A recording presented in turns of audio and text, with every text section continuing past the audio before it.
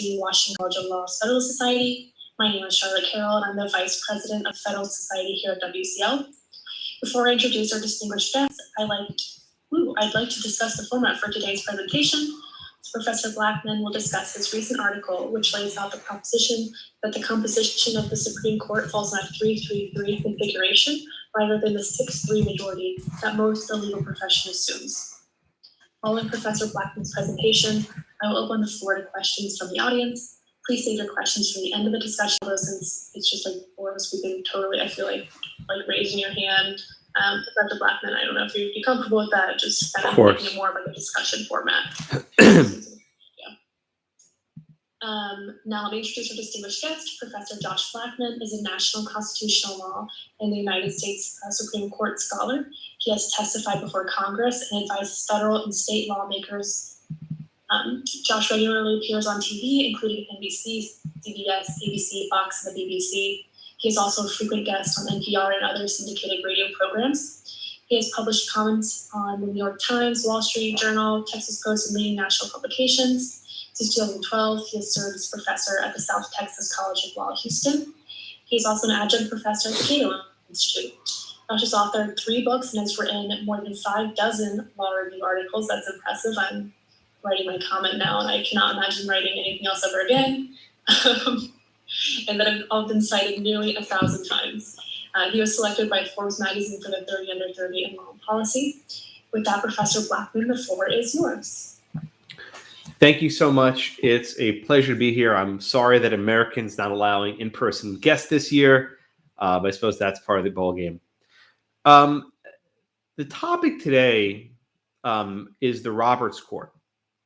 And in many regards, the Roberts Court is an institution that's in flux. On paper, at least, there is a 6-3 conservative majority. And this is the first time in any of our lifetimes we've had such a majority. I think you need to go back to the 1920s or 30s to even measure a court quite this conservative.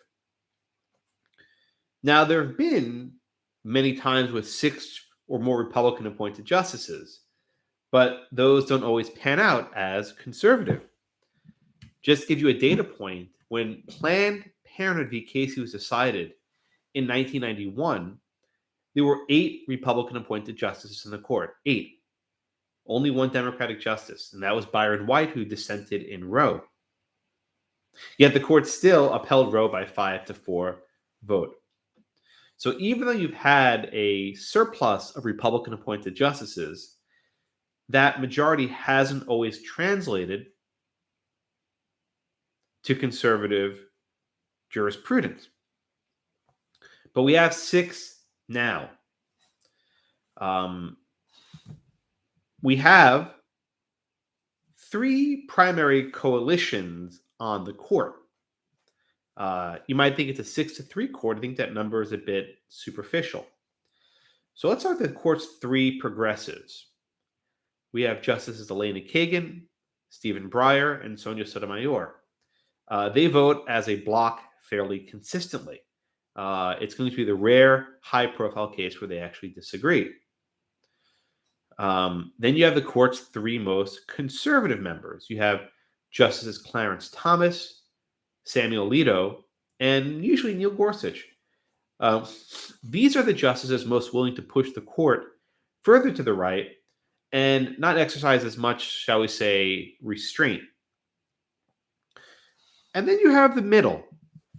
You have Chief Justice Roberts, who had settled into the swing spot after the retirement of Justice Kennedy. You have Justice Brett Kavanaugh, who is increasingly becoming the swing justice. And you have Justice Amy Coney Barrett, who not someone you would expect to be in the middle, but because the court has shifted so far to the right, she is in fact in the middle. Let me give you some numbers to back this up. Last year, Justice Kavanaugh was in the majority 97% of the time, which is a very, very high number. Roberts and Barrett were in the majority 91% of the time. Gorsuch, 90% of the time. Justice Sotomayor, only about 70% of the time.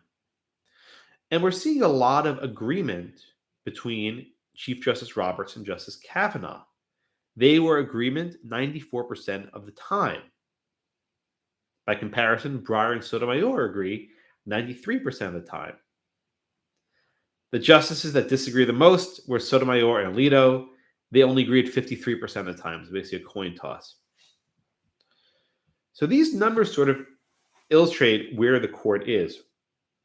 The middle in any given case will be with either Chief Justice Roberts, Justice Kavanaugh, or Justice Barrett. For the court's 3 liberals to form a majority, they need to pick off not 1, but 2 of those judges. 1 won't be enough. They need 2, and even 3 is better. And last year, there were several 5-4 cases that went to the left. And there were several 6-3 cases that went to the left. And even when you had a unanimous case, you had Alito, Thomas, and Gorsuch saying, no, let's go further. So I think this court is really in a unique spot. In time, the court's 6 conservatives, I think, will push the court to the right. But 3 of the justices are already sounding an alarm. They're worried. Twice this past term, we've had separate writings from Justice Thomas, Alito, and Gorsuch. And what have they said? They issued a warning. They warned that Justice Brett Kavanaugh and Amy Coney Barrett lack backbone. Ooh. They've charged that Barrett and Kavanaugh are weak. This is not Josh saying this. These are the justices saying their own words. There was one excessive force case, and the conservative trio of Thomas, Alito, and Gorsuch wrote a dissent. And they said that the 2 newest justices, Barrett and Kavanaugh, were, quote, unwilling to bear the criticism that denying the prisoner's appeal would inevitably elicit. One more time, that Barrett and Kavanaugh did not want to bear criticism for ruling against a prisoner. Very strong words. In another case involving religious liberty, the Thomas 3, as I call them, charged that Kavanaugh and Barrett lacked fortitude to overrule a controversial precedent. Fortitude. Strength. And in other cases, the conservatives have implied a similar fissure. Now, it's fairly common for justices to criticize their colleagues' legal judgments. Very common. You see this all the time in dissents. But it is rare for justices to claim that their colleagues are motivated by cowardice. And it's especially rare to see ideological allies, justices on the right, criticizing other justices on the right. Usually they save their fire for people on the other side of the aisle. So something is brewing here, and we're getting some red flags. This so-called 6-3 majority is far from monolithic. We have a 3-3-3 court. I think I was the first person to use that phrase, but maybe I wasn't. But I was one of the first. If several people said it, we all had the idea at the same time. We have 3 progressives, 3 conservatives, and 3 members in the middle. What will happen? Will Justices Kavanaugh and Barrett sidle up to Chief Justice John Roberts' PR-based jurisprudence? Or will Kavanaugh and Barrett stand up on their own constitutional principles? Let's start our discussion with perhaps the most unsatisfying case of this past term, which was Fulton v. City of Philadelphia. Catholic Social Services of Philadelphia refused to certify unmarried couples and same-sex couples as prospective foster families for adoption. They wouldn't work with gay couples. They wouldn't work with unmarried couples. They only wanted husband and wife together. In response, the city of Philadelphia had a policy that prohibited contracting with Catholic social services. Was this policy valid? The Court of Appeals upheld Philadelphia's policy. They relied on a case called Employment Division versus Smith from 1990. This case was written by Justice Scalia, not one of his finer moments. Smith has come under widespread criticism over the past almost 3 decades. In Smith, the court held that the government can burden religion so long as it does so neutrally, that it's not targeting any religion or any particular faith. Effectively, free exercise claims are reviewed with rational basis standard, which is very deferential. And the lower courts held that Philadelphia did not target Catholic social services. Therefore, the non-discrimination policy was valid. Over the past 3 decades, Smith has become under attack.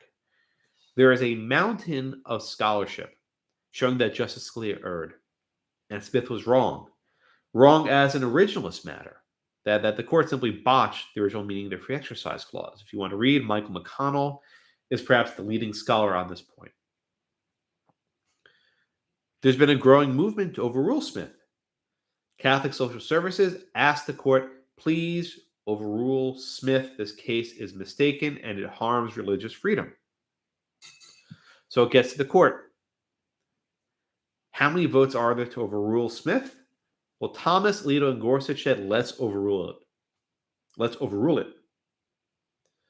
But Justices Barrett and Kavanaugh declined to overrule Smith.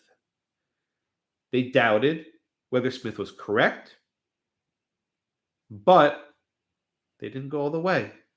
They said, well, maybe Smith is not correct, and maybe we can reverse it in some future case, but not right now. We think Philadelphia's policy is unconstitutional under existing doctrine. Let's not go further. Justice Gorsuch was not happy with this half measure. He wrote a concurrence that was very sharp, and it was joined by Alito and Thomas. Gorsuch said that the majority dodged the question today. They did not address the question presented. And he gave a not so subtle warning to the other 2 Trump appointees. Gorsuch wrote that, quote, these cases will keep coming until the court musters the fortitude to supply an answer. Unless the court has fortitude, these cases will keep coming. That is a serious charge. Gorsuch called out Kavanaugh and Barrett for lacking fortitude in the present moment. I think this attack was personal. It wasn't about their legal judgment, it was about their character. And this personal attack reflects simmering tensions within the Roberts Court.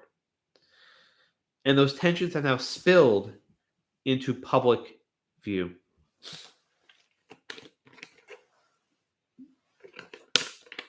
The 333 fracture emerged in several other religious liberty cases this term. Let's start with South Bay United Pentecostal Church versus Newsom. This case came from California. 6 conservative justices ruled that California cannot prohibit indoor worship during the pandemic. But the majority split about another issue, singing. Could California prohibit singing in houses of worship? Thomas and Gorsuch would have allowed singing. Alito would have given the state 30 days to prove that the ban would actually curb the spread of COVID-19. But then we have Barrett and Kavanaugh once again writing together. Barrett wrote a concurrence, which Kavanaugh joined, finding that the churches did not meet their burden and that the singing ban could remain. Barrett thus used her first separate writing. This was the first thing she wrote. Her very first writing was to rule against people of faith. Which again is not what a lot of us expected. But the case, we're not done yet. The Supreme Court's term drew to a close, but there were other pending cases. And we saw that Justices Kavanaugh and Barrett once again closed the door on a long-standing religious liberty battle. This is the case of Baronel Stutzman. Second. Sorry. Baronel Stutzman is a florist in Washington State. In 2013, nearly 8 years ago, she declined to make an arrangement for a same-sex union. After nearly 8 years of litigation, the Washington Supreme Court ruled against Stutzman. They appealed to the Supreme Court. But on July 2nd, the Supreme Court declined to review that ruling. As many of you know, it takes 4 votes to hear a case in certiorari. We had 3 dissents. Justices Thomas, Alito, and Gorsuch would have taken the case, but they were 1 vote short. Because there are 3 noted dissents, we know that any one of the court's conservatives could have made 4. Kavanaugh and Barrett both refused to hear Baronel Stutzman's appeal. Once again, the Thomas 3 were willing to publicly shame the 2 newest Trump appointees. Justice Alito saved his sharpest criticism of his new colleagues for a case called Lombardo versus City of Philadelphia. I'm sorry, City of St. Louis, wrong city, City of St. Louis. In this case, police officers held down a prisoner by placing force on his back. Soon he stopped breathing and died. The parallels to the George Floyd case should be obvious. The lower court rejected the excessive force claim. The case lingered on the Supreme Court's docket for nearly 10 months. 10 months. There were some negotiations afoot. Finally, in June of 2021, the court took an unusual action. The justices did not reject the case, as they did to Baronel Stutzman, nor did the justices agree to hear the case. Instead, the justices asked the lower court to reconsider whether it followed the correct legal standard. Very strange move. Once again, we have 3 dissents. Alito wrote the dissent. He was joined by Thomas and Gorsuch. Based on the process of elimination, we know that Justices Kavanaugh and Barrett agreed with the majority. We need 5. Alito savaged his colleagues.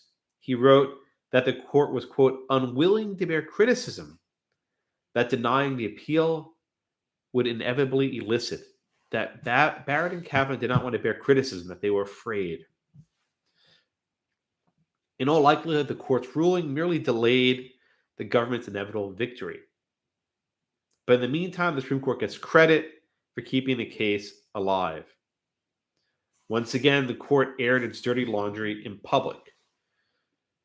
The 3 conservatives alleged that Kavanaugh and Barrett were afraid of public criticism. Instead, Kavanaugh and Barrett chose to virtue signal. The court's right-of-center bloc also fractured over election law. No, not the Kraken case or Texas's ill-fated suit. Instead, I'm talking about Republican Party of Pennsylvania versus DeGraff and Reed. This case presented a critical question. Can the courts modify the rules governing elections? In February of 2021, well after President Biden's inauguration, the court declined to review the appeal. Once again, the court's 3 conservatives dissented, Thomas, Alito, and Gorsuch. And based on the process of elimination, Kavanaugh and Barrett refused to take up the case. In dissent, Thomas wrote that the court had an ideal opportunity to resolve this issue before the next election cycle. The majority's refusal to do so was thus inexplicable, befuddling, and baffling. Thomas added, one wonders what this court waits for. And by court, he no doubt meant Kavanaugh and Barrett. If one of them had agreed, the court would have heard the case.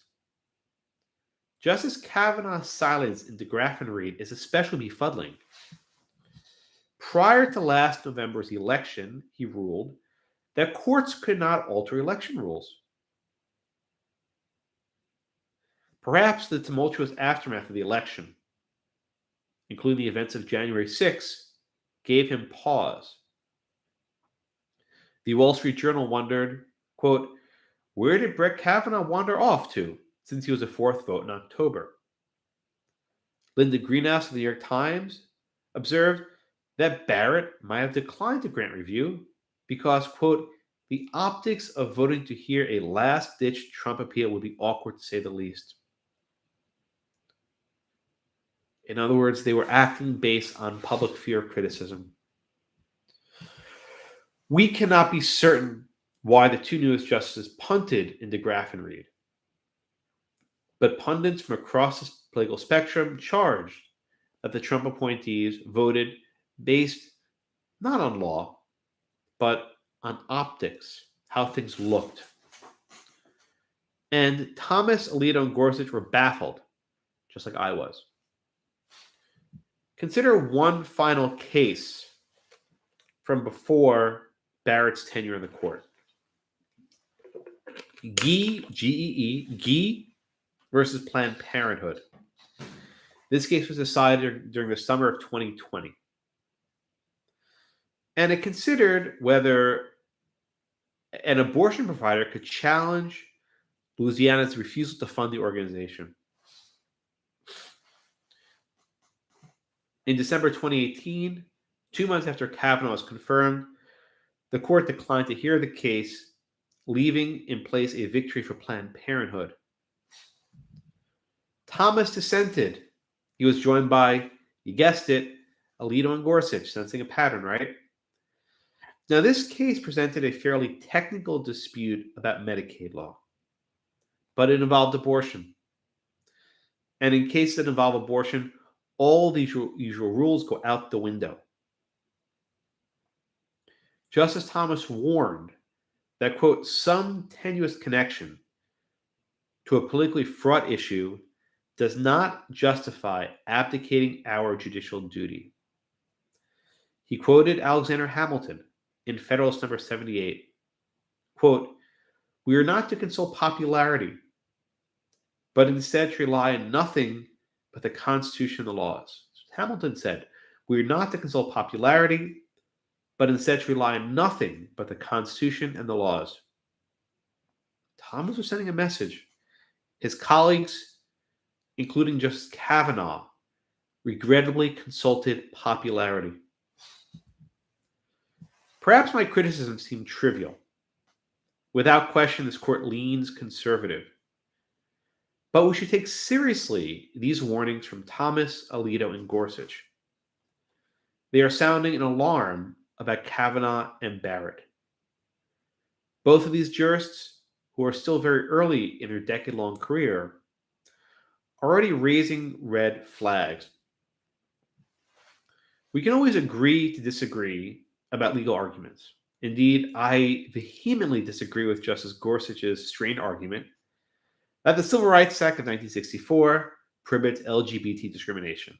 Bostock was wrong. But I will always commend Gorsuch's willingness to take a stand, unpopular among some conservatives. I think Gorsuch probably agreed with Bostock as a policy matter, but that's neither here nor there. Courage is important for judges. Courage is a muscle that must be exercised. If fortitude is not flexed, it atrophies. Look no further than Chief Justice John Roberts. He has withered away to a hollow shell of the jurist he once was. Now Roberts strives to achieve moderation for the sake of moderation, regardless of any actual governing legal principles. I deeply respect Kavanaugh and Barrett, And I pray that they resist the siren song. They should instead rely on Hamilton. Follow Hamilton and rely on nothing but the Constitution and the laws. Thank you so much, and I welcome your questions. Thank you, Professor. If anybody has a question, just go ahead and unmute. I have a couple questions actually, so I'm gonna start. Please.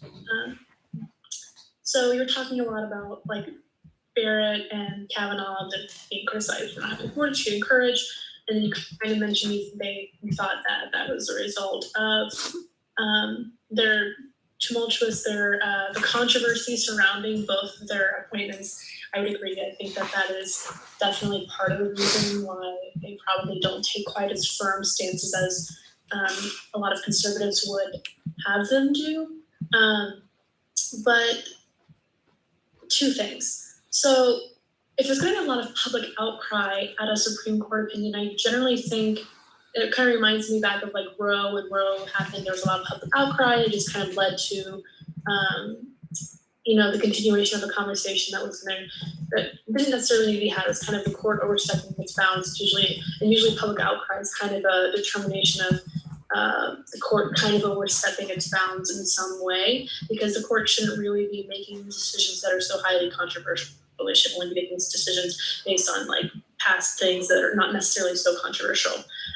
So then really, I don't know that if the court is going to decide something that's going to make it so highly controversial, then that wouldn't be the best position for them to be in. We are a government consent by the people, and so if the judiciary is making these highly controversial opinions that people are upset with, then we're not really hearing the people. But then the response to that, of course, would be that the judiciary is not the one that's supposed to be changing the law. That should be the legislature. So that's semi-question, semi-response, I suppose. But the other question I had was, do you think there's potential that the longer Kavanaugh and Barrett sit on the court and they get more comfortable in the positions on the court, they may become more conservative, or they may grow in fortitude or courage?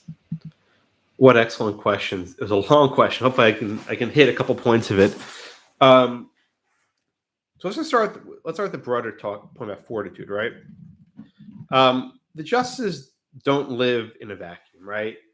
They understand that their decisions have consequences. They can't not. The better question is, what do they do with those decisions? Let's say a justice thinks that the correct answer is A, but A will be very unpopular, so they do B.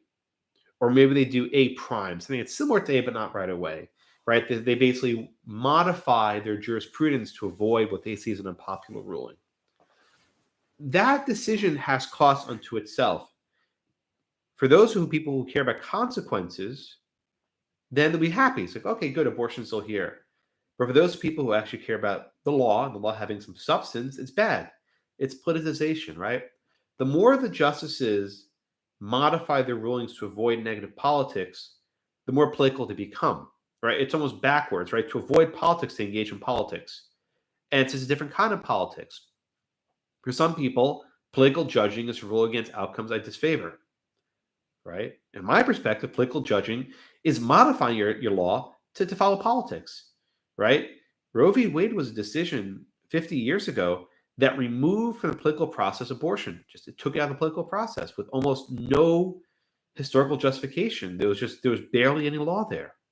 And we've had this now for 50 years because the thinking is, well, we can't do this. Women will be upset with us, right? This is something women are dependent upon. Women need this, right? So you're considering non-legal factors, and that trumps your law. As for abortion in particular, we have a case just this term, Dobbs versus Mississippi.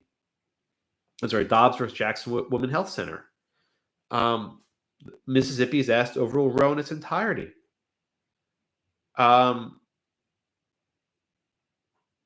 If the court doesn't overrule Roe this year, it will never happen. So this is basically their shot, right? This is sort of the lightning in the bottle. They have a moment in time. After this, will be settled forever. I don't make any predictions. I'm usually wrong. Okay. Does Charlotte, did I answer most of your questions? Yeah, the other one was it was a really long question, so I'm surprised you remembered that much. Do you think the longer Kavanaugh and Barrett sit on the court, the more they'll like grow in fortitude and courage, and maybe Yeah, that was the second part. Will they develop more fortitude along the way? I don't think so. Once you cave once, that becomes your new normal, right? Like once Chief Justice Roberts caved in the Obamacare case, there's no coming back from that. That becomes your new existence. And I think that if they cave here, it will follow them for the rest of their careers. You don't back away because that's what people expect of you, and you built a name for yourself. You have to defend it and say, "Oh, that's what I did there. I'd be consistent." So I think they have a shot here, and I think that's why Thomas, Alito, and Gorsuch are throwing warning flags. Like, listen, these guys are wobbling, right? They're almost cowardly. The cowardly lion from Wizard of Oz, right? So I think if they don't do it here, they won't do it ever. Gorsuch, God bless him, he came into the court with a backbone made of titanium. I mean, he came full blow. I mean, he apparently pissed a lot of people off in the process, but he was absolutely committed to his cause. And then we have sorry, Jackie. No, I was going to. Please go ahead, Jackie. Sure. Okay. Mine is a way less sophisticated question than Charlotte's, but I was just and not particularly related to what you were saying, but I want to get your opinion. How do you foresee any? Well, how do you foresee the challenges to the vaccine mandates playing out, or any real like COVID regulations? How do you see that playing out in this court?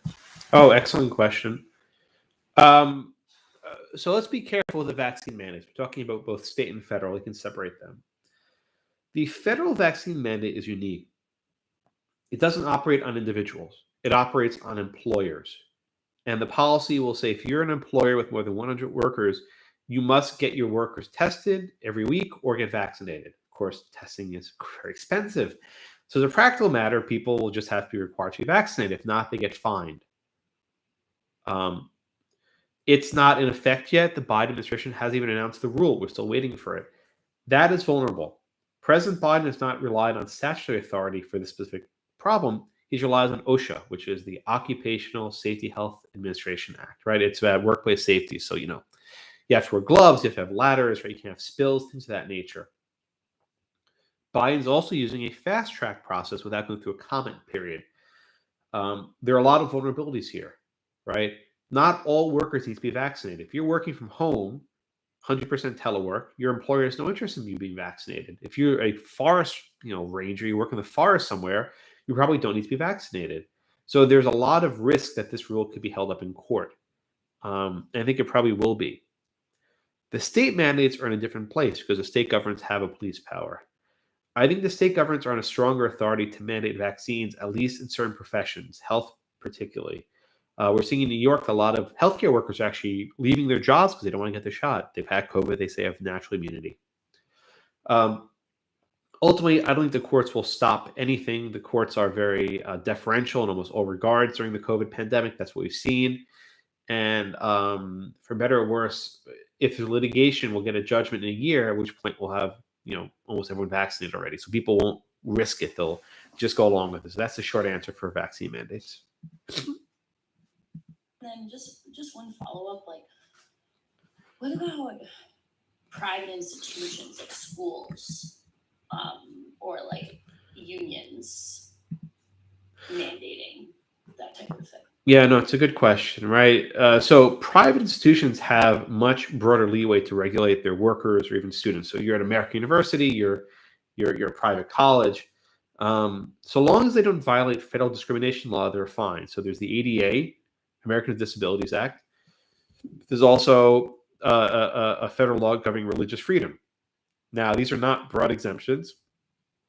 And lots of people who say they have religious exemptions don't really have religious exemption. They just don't want to get vaccinated. I think we'd be candid about that, right? If you actually have a religious-based exemption to vaccines, there are probably many other medical products that you will not take, and these people are not consistent in any regard. These are just manufactured religious beliefs. Kyrie Irving, or Andrew Wiggins. These people just sort of have a philosophical objection to the vaccine.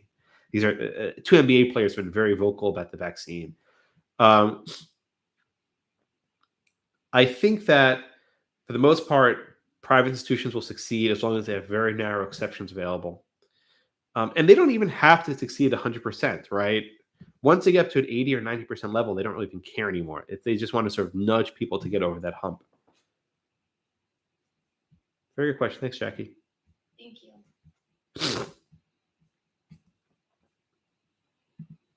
Jonathan, did you have a question? Yes. Off that note, in a similar manner, are public high schools able to mandate COVID vaccines because of the Jacobson ruling, and that vaccines, or that every high schooler would be eligible to get vaccinated? Right. So you mentioned Jacobson versus Massachusetts. It's a case I've written quite a bit about. This is actually a fairly narrow case. Massachusetts imposed a $5 penalty on those who were not vaccinated. Right? It wasn't about forcefully vaccinating people. Right. So it wasn't about forceful vaccination of people. But even before Jacobson, schools had imposed vaccine requirements for very long. So I think even without regard to Jacobson, school vaccine mandates are probably okay.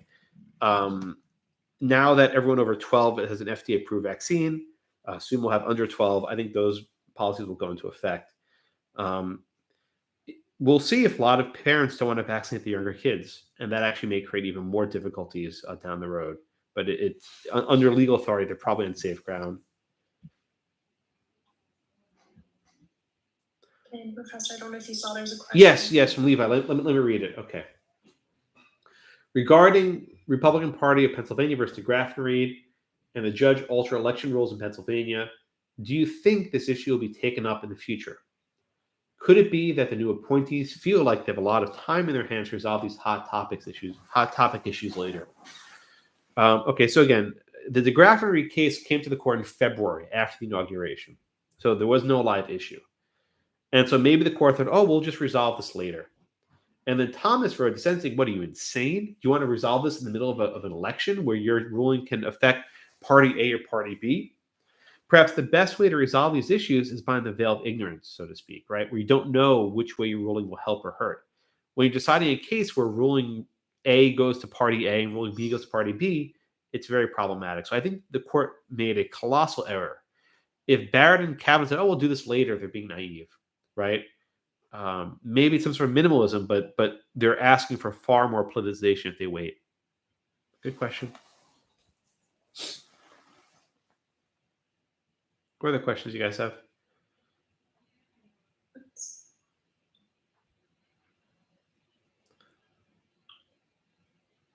Thank you. Anything else?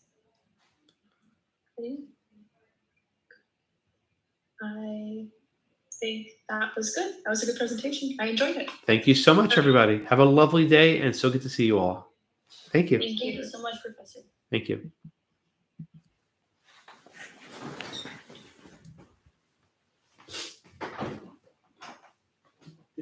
I can come with you. I just let me come.